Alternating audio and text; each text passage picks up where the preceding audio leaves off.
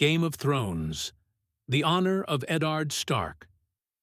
Winterfell lay nestled in the heart of the north, its grey stone walls standing proud against the biting wind and endless snow. Within those walls lived a man who embodied the north itself, unyielding, loyal, carved of ice and honor. His name was Eddard Stark, Lord of Winterfell, Warden of the North, a husband, a father, a soldier, and in time, Hand of the King. His life was one of sacrifice, friendship, duty, and ultimately, tragedy.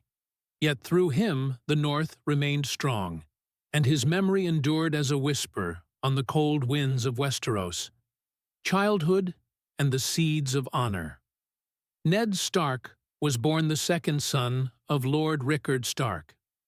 Unlike his elder brother, Brandon, who was fiery and bold, Ned was quiet, contemplative, and steady.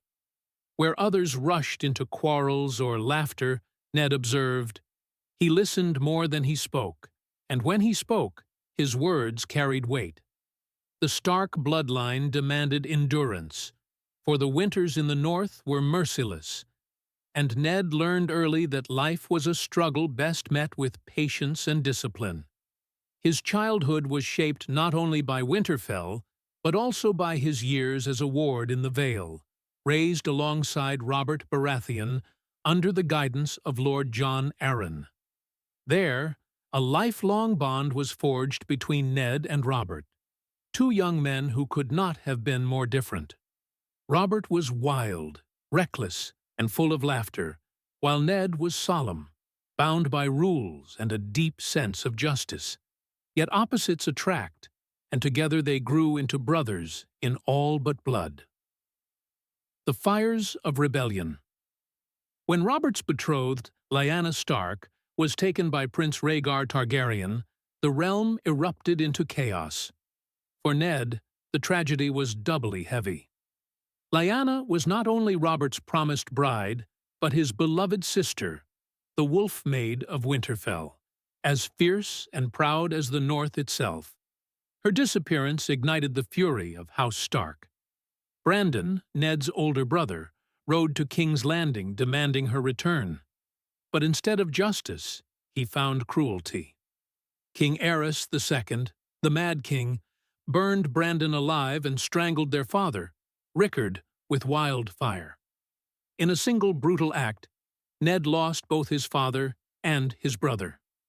Suddenly, the quiet second son became heir to Winterfell, and a war of vengeance became inevitable. It was under Lord Jon Arryn's banner that the rebellion began. Robert, Ned, and their allies rose against the Targaryen dynasty.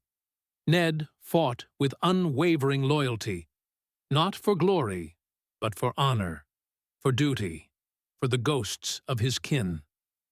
Through bloodied snow and countless battles, he proved himself a commander of discipline and heart. He did not revel in killing, yet he never wavered when the sword was needed. At the Battle of the Trident, Robert slew Rhaegar in single combat, ending the prince's song and sealing the rebellion's fate. Ned's war was not finished, though. For him, the victory was not in glory, but in loss. His sister Lyanna, hidden away in the Tower of Joy, was dying. When Ned reached her, it was too late. What passed between them is whispered in mystery, but he left the tower with an infant in his arms, a child he raised as his own bastard, Jon Snow, without explanation, not even to his wife, Catelyn. That secret would shape the destiny of Westeros. Lord of Winterfell.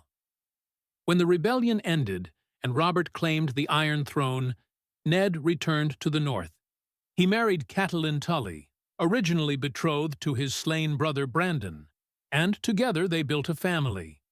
Though their marriage began as one of duty, love grew slowly and steadily, like roots digging into frozen earth. Catelyn bore him children, Robb, Sansa, Arya, Bran, and Rickon, each carrying both Stark blood and their father's stern sense of duty. As Lord of Winterfell, Ned ruled with fairness. His bannermen respected him not because of fear, but because of trust. He upheld the ancient Stark words, "Winter is coming," not merely as a warning, but as a way of life. Where other lords sought luxury, Ned valued preparation. Where others played games of ambition, he held firm to justice. And when he passed the sentence, he swung the sword himself, teaching his sons that the man who delivers judgment must bear the burden of execution. Winterfell was not merely his seat, it was his heart. He taught Robb the weight of leadership, soothed Sansa's dreams with kindness, encouraged Arya's wild spirit, guided Bran's curiosity, and doted on little Rickon. Even Jon Snow, whom Catelyn never fully accepted, Ned treated as a true son, though his refusal to reveal Jon's true heritage cast shadows of resentment and mystery. The King's Hand. Peace in the north did not last. Robert Baratheon, now king, summoned Ned to serve as Hand of the King after the mysterious death of Jon Arryn. Reluctantly, Ned agreed. For him, duty outweighed comfort, though leaving Winterfell pained him deeply. In King's Landing, he found himself in a world far removed from the cold honesty of the North.